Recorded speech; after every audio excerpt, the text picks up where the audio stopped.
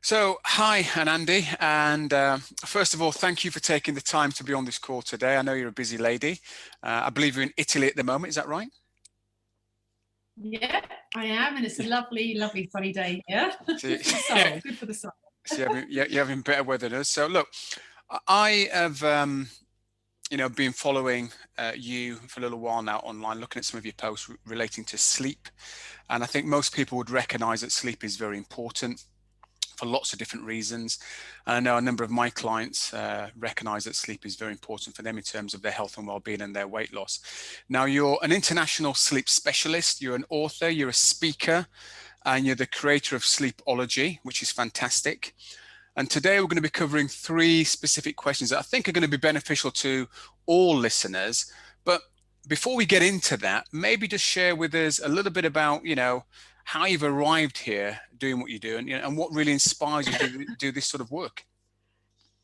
Yeah, well, basically, how I arrived here was really from my own personal experience of sleep deprivation and chronic insomnia, which started when I was 27. So at the age of 27, I was having like 1 hour, no hours, 3 hours, then crashing. And that went on for years and years, maybe 10. And I had one of my mother's sleeping pills once, and that made me feel worse. And I thought, this is not the path I'm going to take. So I was desperate to find a solution. I started doing yoga, and I really enjoyed it, but I felt that there was something missing. I then decided to down tools and just go to India. I thought, I'm going to go to India, I'm going to go to the birthplace and see what I can find and give myself some respite, because I was just not sleeping, feeling terrible. I was trying to run a business, I was just finding everything really tough. So I went to India, and I ended up in this ashram for 6 weeks. And basically, it felt like I'd come home, because now I was getting introduced to the breath. Now I was getting introduced to Ayurveda. And my guru, actually, that I met when I was there, sent me home to work on the breath. Very simple, very, very simple stuff. But I can't tell you how revolutionary it was. Because often when people want to do pranayama or breath work, they want to do complicated stuff. But what I learned was that you miss the magic. You miss the magic when you just don't take the time to really practice stuff and don't stay with it. So I stayed with this breathing technique. It was just a simple belly breath, but it transformed my sleep. Because what I realized was that over time, that belly breath became longer and deeper, then it transformed into something else, and I was noticing other things. And I realized that actually the fear and anger is held in the belly, and when you can start to let go of that, then it started transforming my sleep patterns. Plus I was learning about Ayurveda, and I was putting that into my lifestyle. But the interesting thing was that I realized that you have to do certain things in a certain order, because often what people say to me is that, oh, I've tried this and I've tried that and I've tried whatever, but it's very random. Yeah. And I realized that healing a sleep disturbance needs a process in a certain order. And obviously my passion is there because I know how devastating it can feel. Yeah. When you don't sleep, when someone, when you I don't know if you have any sleep issues, maybe you don't, but if you've not slept for 1 or 2 nights, or you've been traveling, you know how terrible you feel. But if you go forward and go, well, it's a few weeks now and a few months now, and it's actually going into years, it's completely debilitating. Yeah. And my message, and I'm so passionate about I can tell that. You can heal a sleep issue with patience and without medication. Yeah, which is fantastic. And that's my message, because the trouble is that people get desperate and they just want to be knocked out. And of course, that's when you get the sleeping pills, and you get attached to the sleeping pills, and then you get the antidepressants after that, because you're not really getting good quality sleep from sleeping pills. It's knocking you out. It's basically an anesthetic. It's ruining your sleep cycle. So you don't feel refreshed when you wake up. You feel terrible, actually. You don't really feel any better having had a sleeping pill, not really. Or if you had a bad night's sleep. So, that's my real message, is that you can heal a sleep issue without drugs. Excuse me. Yeah. Okay. Well, look, amazing background, and great to think that, you're not just delivering this information from a textbook. You've actually, you've lived it, you've gone through it, you've come out the other side. Yeah. So I say you're a true, genuine, I guess, message giver, because you've been there and done it yourself. So the three questions that I have today, I guess, are just going to be scratching on the surface of what you actually do. And we'll talk about how people can get in contact at the end. But I've got three questions that kind of pop up regularly with my clients I'd like to ask you. Maybe just get your insights.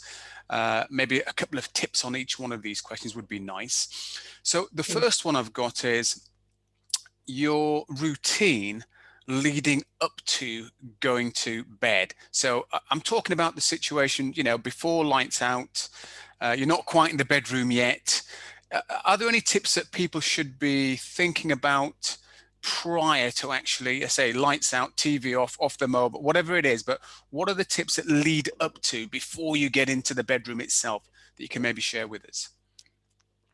Well, one very, very, very fundamental important tip is the time of eating. And I'm sure that you're aware of this, knowing what you do. But when people eat their meal, their main calorie intake at 8 p.m. in the evening, their body is trying to digest food when the melatonin is being secreted, saying to your body, I'm turning off the digestive fire. I want to lower the body temperature. Excuse me. I want to lower the heart rate. None of which can happen when you're massively digesting a great big meal. Therefore, that in itself is going to disturb your sleep if you've got weak digestion, which many people, when they're having sleep issues, they've often got a digestive issue, because it turns the whole digestive system upside down. The microbiome has its own circadian rhythm, its own biological clock. And if you upset those bugs in your gut, it's their house just as much as your house, and they will let you know. So eating early and eating light is one of the most important things that one can do. Obviously, when I say to people, technology off, they kind of go, yeah, but they're still on their mobile phone at like 9 p.m, 9:30 p.m, on Facebook or whatever it is. But that stuff it's not just the blue light. Yes, the blue light does inhibit the production of melatonin, but it's the brain stimulation. And I experience it often myself. If, I'm not an angel, I'm most of the time, don't look at my phone. I put it on aircraft mode about 8:30 p.m. so that I feel that I'm cutting myself off from the world, and I don't have those, feel like I've got those waves, and I feel excessively, and I feel it's all coming at me. And the fact that I actually turn it on aircraft mode, it means I'm switching off. So I've physically done it, and I've mentally done it. And that really helps. Whereas if you try to resist not looking at your mobile phone, and you get a light come up on it, one of those notification things. It's very annoying. It just is drawing you in. It's drawing you in. So I switch it off. I put it on aircraft mode. So my alarm works, because I use it from my alarm. So I don't have all those waves by the side of my bed and all that. So that I really recommend that people turn it off. Don't stimulate things, because any brain stimulating things will upset your sleep. It will affect the ability for you to fall asleep. So you have to quieten the brain waves down. You can't go into a relaxed state, the very sort of first stage of sleep, if your mind is busy, if you've got that sort of, like they call it, beta brainwaves, there's busy brainwaves, you won't even be able to start even going into a sleep if your brain. So you have to switch your brain off. And one of the key things I use personally for myself is I work with the breath.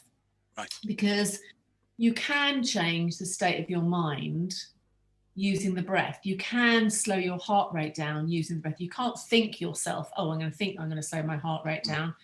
But you can change your state of mind and you can change your heart rate using the breath. And all you need to do is lengthen the exhale. That's all. So you can inhale 5 and exhale 8, for example, if you feel that's comfortable for you, because the longer the exhale, the more connected you become to the part of the nervous system that quiets you down. That's the parasympathetic nervous system. Therefore, if you were to put your phone on aircraft mode and put the timer on, I have Insight Timer, which is a lovely Tibetan bell, and you could put that on for 15 minutes, lay on your bed and just lengthen the exhale with your eyes closed. And I tell you, that will take your brain from beta brainwaves to alpha brainwaves. So that's busy brainwaves to relaxed state brainwaves. And then you've got a more of a chance of actually going into a sleep. Now, some people actually put their head on the pillow and they've gone just like that. And that's the other thing about what I do, is that people are not the same. There are 3 different constitutional types with subtypes. Some people are predisposed to insomnia, and that's about a third of the population. Right. Maybe more actually, because the 2 of the types are very, very prone, one more than the other. So some people go, I don't think, I can drink coffee at night, and I fall asleep. Well, obviously your liver is very good at metabolizing caffeine. My liver is rubbish at metabolizing caffeine. So I can't drink it. If I had an espresso at midday, I'd still be awake at 3 a.m, because it takes 5 hours to metabolize 50% of the caffeine. And don't get full by decaf either. Yeah, sure. Because decaf has 15% to 30% caffeine in it still. So people go, I drink, and apart from the fact that decaf, all the processes that it's gone through to make it decaf, I think if you're going to have coffee, have organic, very nice coffee first thing in the morning, if that's right for your constitutional type. It's not right for mine, but if it is, have it, because it is right for some people. But in the morning, and then don't have it, because then give your liver a chance to actually metabolize it. So so eating early, winding the brain down, switching off the technology. And it's not just the blue light, it's actually the brain stimulation. And if you're going to read, I recommend Audible, because you can just plug yourself in and you can close your eyes. You haven't got to look at something. And that's more relaxing than actually physically reading on a Kindle or a device or anything like that. And it also cuts the use of the device down, because you can still listen to your books on aircraft mode on your phone. Sure. So that was a bit of a long-winded response to that question. And I just want to sort of just quickly say, so we're saying eat early, switch off the technology, and think about the breath. And just one before going to the next question, and that is, roughly how long should you switch that phone off before you rest your head on the pillow? Just that period. Roughly how long would you say? Is it? Well, at least an hour and a half. An hour and a half. At least an hour and a half. Okay. Yeah. Brilliant. Not too, depends what time you go to bed, but yeah.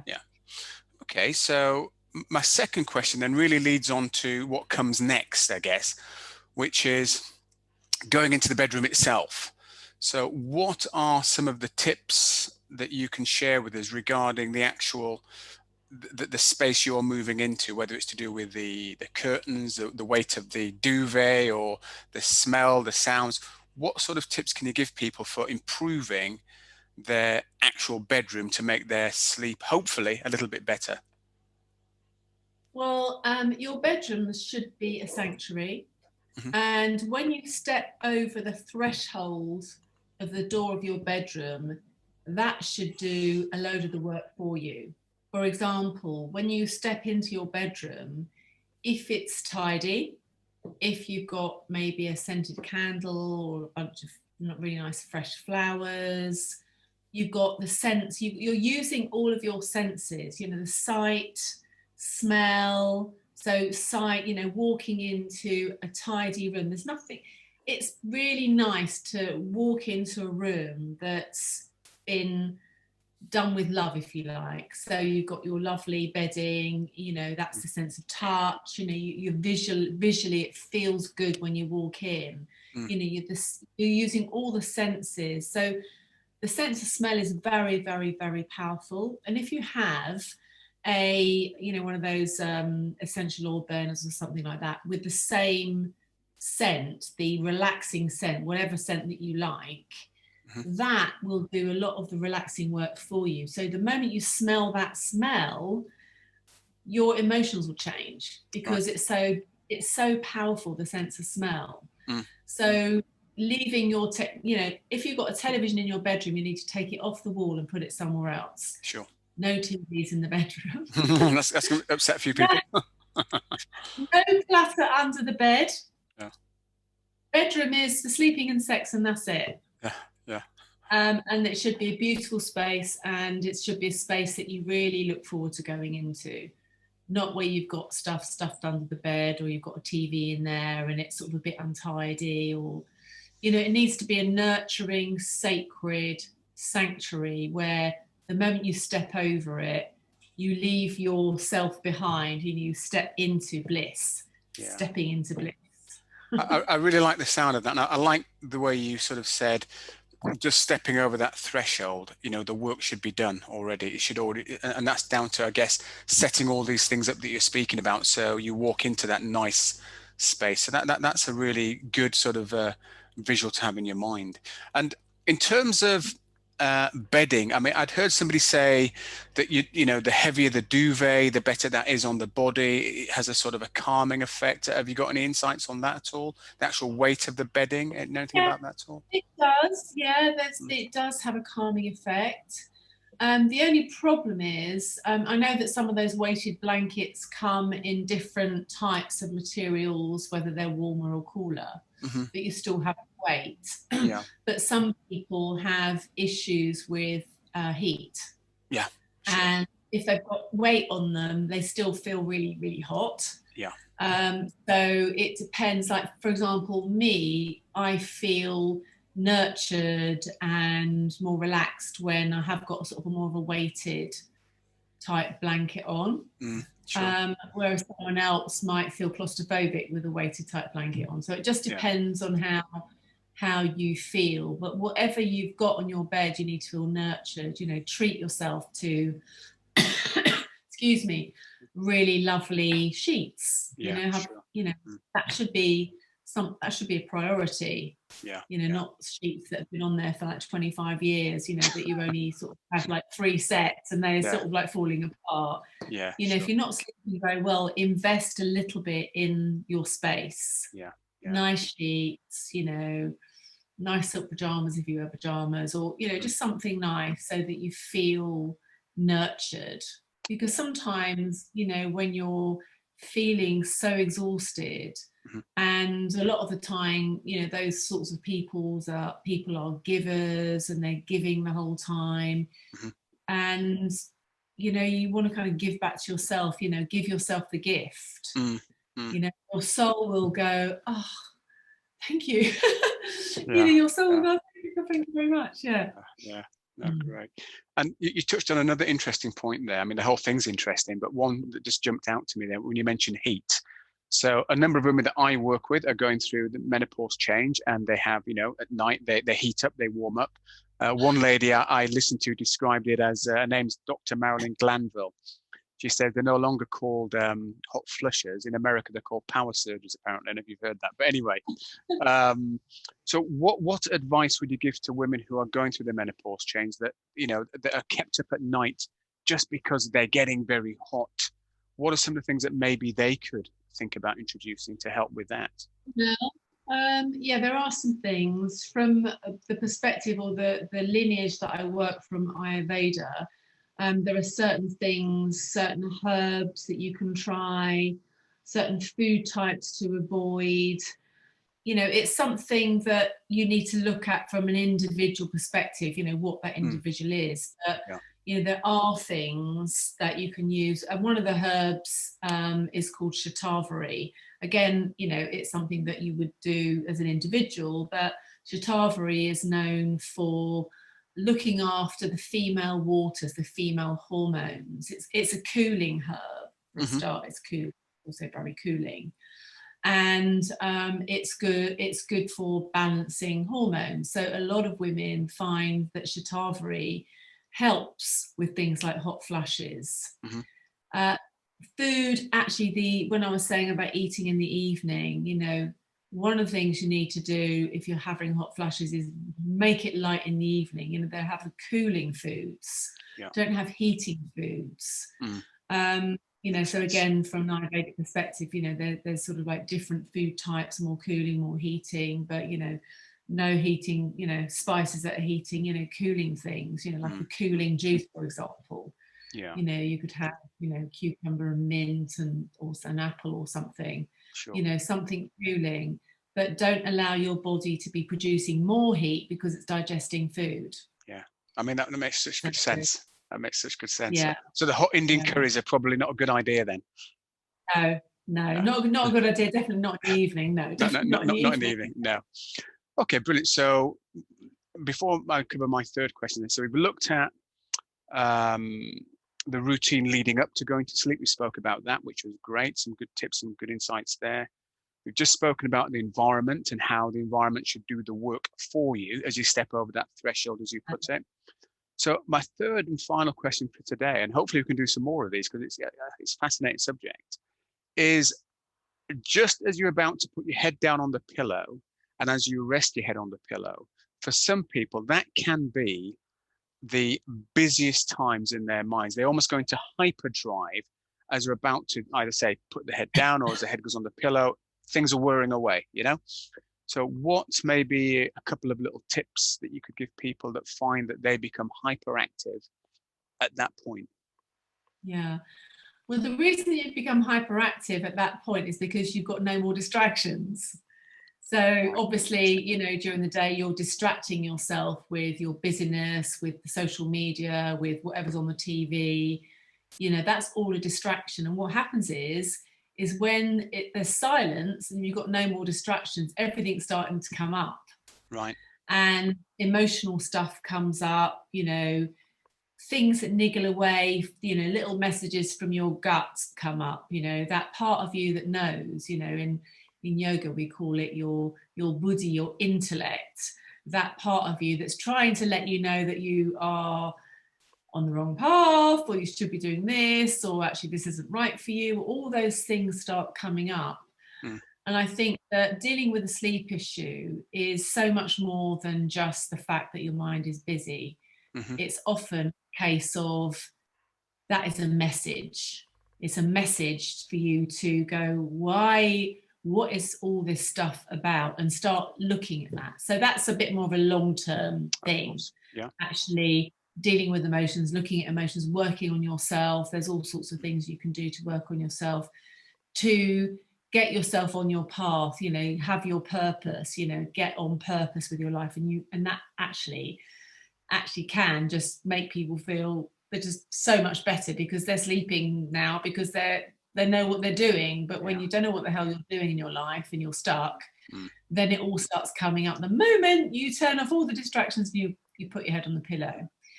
Now, to actually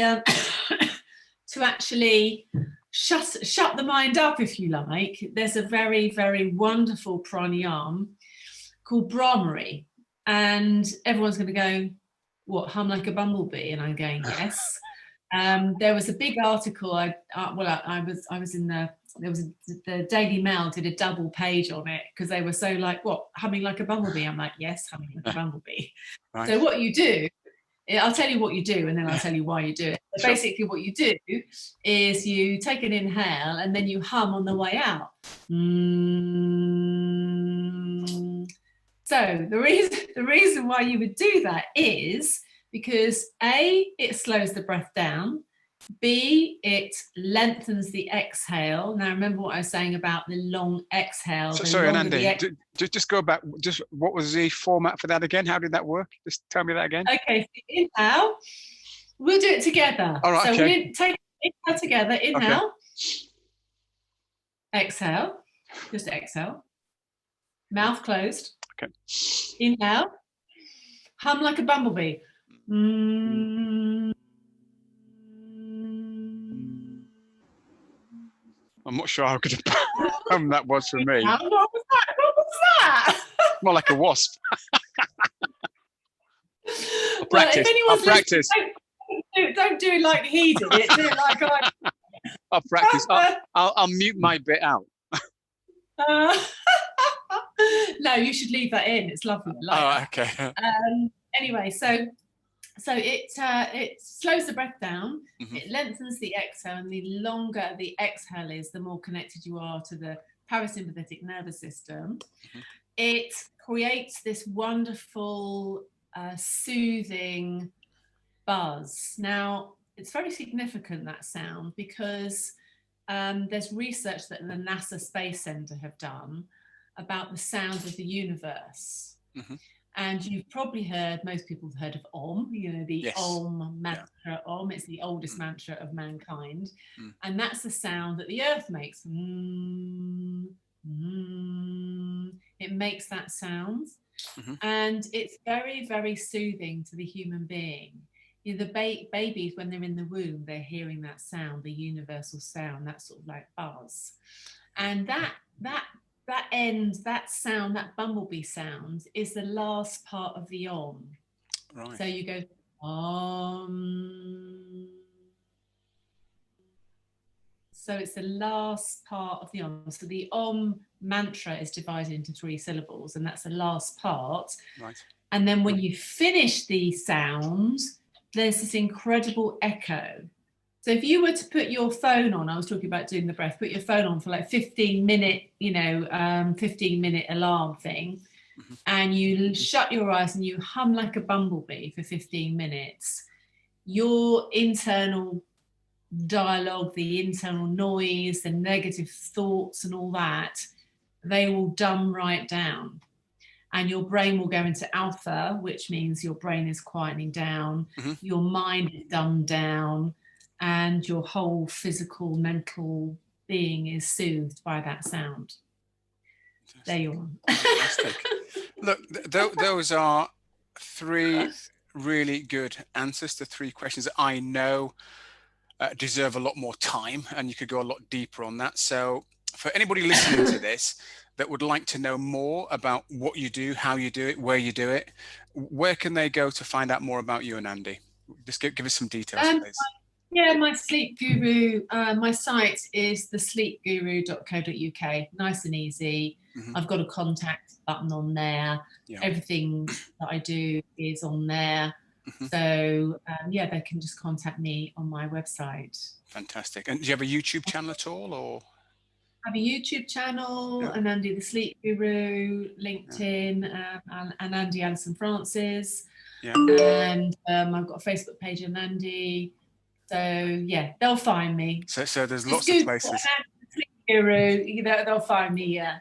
Fantastic. Well, look, Anandi, really appreciate you taking the time out this morning to do this and answer those questions. I'm sure people are going to find that of great value. So hopefully we can do something again in the not too distant future. But for now, thank you very much for your time, and enjoy your time in Italy, you lucky person.